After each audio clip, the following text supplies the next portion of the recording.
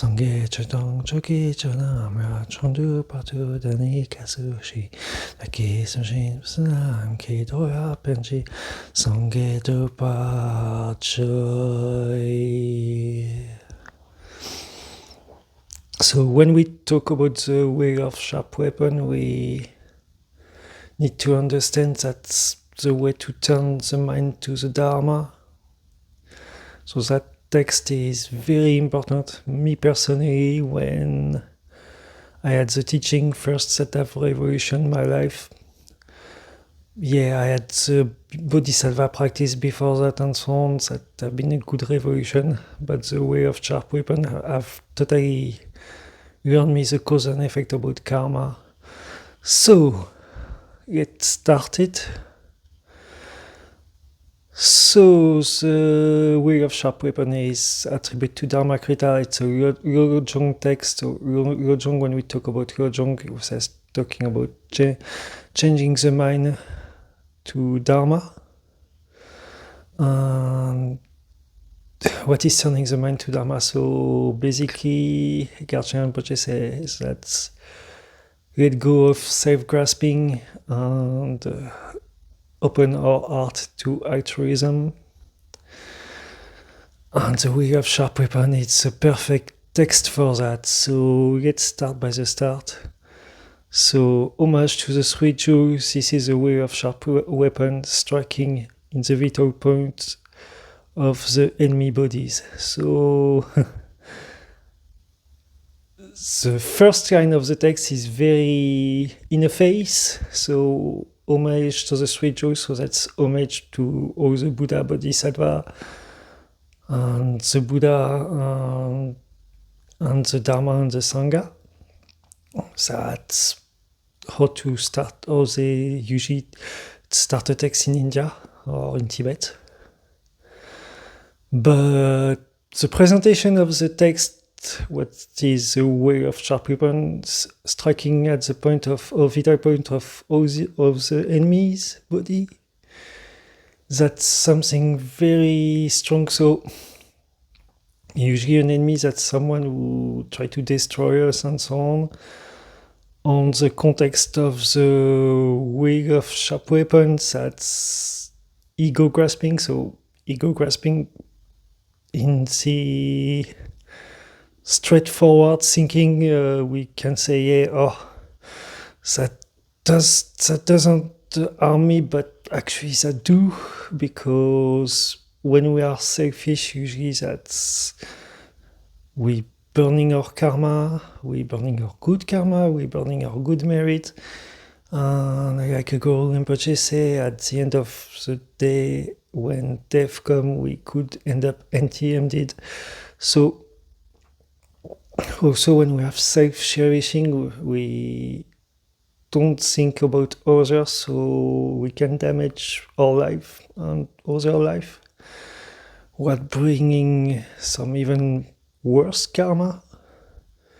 So basically that's all the way of sharp weapon gonna to train us. So the second verse is the enemy within us is our negative emotion, no matter how long he has been, no matter how much I have been deserving this, I have suffered the consequence, and I have been tortured continuously for no good reason. So, negative emotion. So, there is a lot to say about negative emotion. So, you need to understand that's just the presentation of the text right now. So the negative emotion, we're talking about anger, we're talking about jealousy, we're talking about all the klesha we can imagine. And we need to see the consequence of anger. So if we take just the consequence of anger in Amitabha Sutra, that says that's just a 1 second of anger, that's 1 eon of merit burned. So therefore we need to be very careful, and that's works the same for jealousy and so on. And we need to understand that yes, our negative emotions are dangerous both for ourselves and others, so we need to be able to deal with them, and the lojong train us for that. So now let's start by the text. Homage to the rightful Yamantaka. So Yamantaka is Manjushri rightful form, is the terminator of death, but is, as Garchen Rinpoche also explained, is Yamantaka is pure love and compassion, because Manjushri on that form understands that negative emotion basically destroy us. So when we are Yamantaka practitioner, I have to say also, big warning, Yamantaka is the biggest tantra you can ever have, even bigger than Vajrayogini. And so it's not for everyone. That tantra will help us to transform basically negative mind and to turn it to Dharma mind. And what is Dharma mind? Is love, compassion, and wisdom. And that's the main purpose of Yamantaka. Yamantaka also got different forms, so there is 6 arms, there is Yabyu, there is 32 deities, the Yamantaka, solitary, rightful, and so on.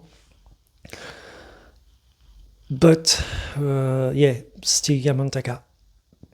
Yamantaka also got something very important. Is the terminator of death. So for the Yamantaka practitioner, basically, we'll be able to pass death like that's nothing if he realizes Yamantaka. So Yamantaka is also one of the biggest yidam you can have in all lineage. It's from the Kagyu, the Gelug, and so on. Basically that tantra is very powerful tantra. It's got the mother and father tantra. So this means basically the mother tantra is all what is linked to Vajrayogini. Father tantra is all what is linked to Eroka, and that tantra got the both. And for those who practice Yamantaka is a practice basically to realize our true nature of mind. I could say straight to the net, because that practice learn you the true compassion. So now the first verse of the wheel. When a peacock roams through the jungle, virulent poison through the garden of medicinal plant may be attractive. The peacock flock will not take a delight in them. The peacock strive on essence to virulence poison. So the peacock in, if you look at the peacock in our daily life, it doesn't strive very much where the other animals thrive. But in the Buddhist Hindu mythology, basically the peacock is the archetype of virtue. In that context, the peacock is archetype of the bodhisattva. So when he says a peacock eats poison, that means that the peacock is more about basically attract to hard stuff, hard moment, difficulties. Because when a bodhisattva got difficulties and is a tantric practitioner, he will turn those difficulties to virtue. He will be even able to overturn the situation and make that virtue. And that's the archetype of the bodhisattva. So also, what do we need to know what is the poison? So poison, that's negative emotion, negative influence, negative people. When we are bodhisattva, we are able to take that turn it around and transform it. That doesn't mean we're gonna to necessarily change the person, but at least we're gonna to change the situation, make it better. So that is a peacock. Oh, so one of my Lama used to have a saying about the peacock. So there is a 3 type of practitioner about that. The practitioner who is going to be on a cave far away from everyone, and he was calling that in our time a weak bodhisattva, because yes, okay, he's practicing, but he's not much touching the poison. Then there is the one in the monastery, so we're saying that's the medium bodhisattva, so yes, they touch a bit the poison, but they still very protect.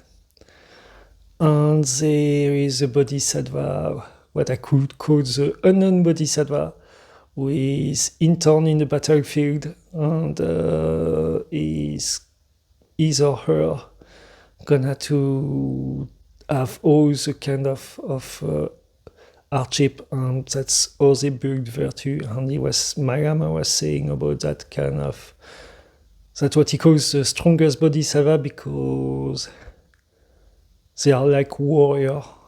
They going straight to the battlefield, and all they care is the benefit of our being. So the second verse, likewise, when the hero enters the jungle of cycle of existence to the garden of happiness and prosperity, may seem beautiful. The hero will not become attracted to them. The hero strives for the forest of suffering. So for the same thing, the hero is called the bodhisattva. So once again, that's a bodhisattva. So if we take someone with deeply practice, is not attracted to shiny things, his or her are not very attracted to shiny things, but they are attracted to doing the right things for people or beings around them. They are not attracted about the beautiful things that shine. In contrary, they prefer live less than that. I could say minimalism, with nothing but what it counts is to help others. So the text goes about the hero, because in a sutra that says the bodhisattva is the hero who helps all beings. And in a bodhisattva approach, we need to understand that we have renounced to samsara, everything that's touched samsara. We have renounced, even in our mind, we have renounced to shiny things, we have renounced to fame and all these kind of things. We are just here to help others as much as we can with what we have. That's the bodhisattva attitude. So that's when the text talk about the bodhisattva attitude. Now, so verse number 3. Those who avidly pursue happiness, prosperity are brought to suffering due to their cowardice. The bodhisattva who is willing to embrace suffering always remain happy due to their heroism. So that's exactly what I was talking about the second verse. So if we look our life, we are attracted to shiny thing, fame, everything. Like you don't need to go far to see people attracted to the shiny things. Like I would take a bad example, like the Kardashians, for example, who show that basically you need to be avid and to be 100% focused on yourself and forget the rest. For a bodhisattva, all of that, that is nothing. Is for him, that's quick happiness is equal to big suffering. we need to understand that the quick fix of happiness that we got, instant pleasure, basically at some point will bring suffering. So Lama Tensong used to be good talking about this one when he was talking about basically a relationship. He was saying that relationship we are very happy at first, but after there is conflicts that arise, as degenerate, and usually sometimes as end up in separation. After there is the other type of relationships that keep going and doing right, but at some point there is a sickness, there is a death, and we end up separated anyway, and that brings us unhappiness. So that's exactly what says the way of sharp weapon is basically whatever we strive for own happiness will bring us ultimately suffering at any point. Whatever, for example, Milarepa used to say that not even water have been able to satisfy your thirst. So how do you expect that all what you got to satisfy you ever? And that's exactly that. Is we need to understand that whatever we strive in life, all of that are impermanent, and if we don't give meaning to our precious human life, we usually gonna to end up burning up ourselves and destroying ourselves at some point. And there is a good example is when we fill up our stomach, usually we feel happy and content for a little time, and then after we feel hungry again. So that's exactly that. When we search for own happiness, we gonna to be like that, never satisfied. We got to have something, and we got to be dry again, and we got to look for happiness again. And that attitude, compared to the bodhisattva have renounced to all of that. All he's searching is to benefit others. But we need to understand that when you benefit others, that's also benefit you on also, because the kind of happiness that you got is far from the normal happiness, is the ultimate happiness. And we need definitively to put our mind into the bodhisattva attitude. If today practitioners have seen tons and they want the fastest tantra, they want the fastest things, but they forget to get the fastest tantra, you need also to have the fastest mind. That means a mind that have renounced to everything, properly renounced to everything. It doesn't mean you don't need to take care of your kids, or you don't need to take care of your wife, or you don't need to take care of everything. Actually, you're taking a very good care of everyone around you, but you don't expect stuff in return. You know that yes, in healthy relationship, you will always have something in return, but you're not attached to it. You definitely not attached. You stay on the attitude of renouncement. And the fourth verse of the wheel. Now here the desire is like the jungle of virulent poison. Peacock-like hero alone can digest, but for the crow, like a coward, spells death. How can the self-centered digest such poison? When you extend this analogy of affliction, which similarity as a liberation life force, like a poison, a crow. So now he says that he compares the bodhisattva, he compares the peacock and the crow. So the crow is that kind of animal who gonna to take what is good and give what is bad, when the peacock gonna to do the contrary, gonna take what is bad and give what is good. So the same attitude is the safe grasping and the fact that we just want for ourselves, but when we try to eat the poison of our own negative emotion, that's when we get in trouble. We get depressed, we get in all kind of trouble, we do the wrong things. Usually we're gonna to hurt someone or get hurt, and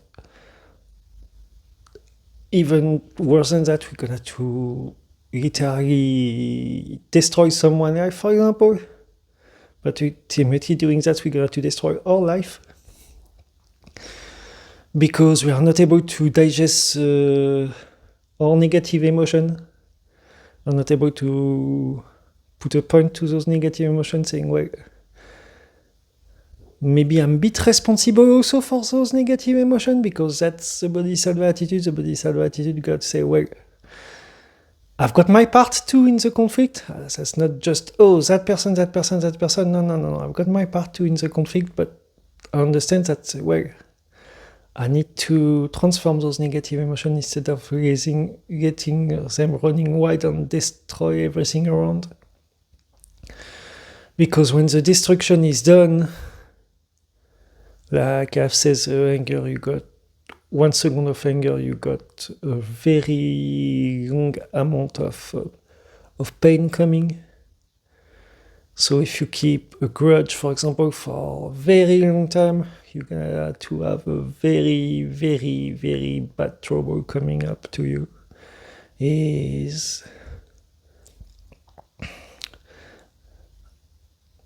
There is that expression that karma never forget an address. That's exactly that. Is whatever you put in, that's got to come back like a boomerang.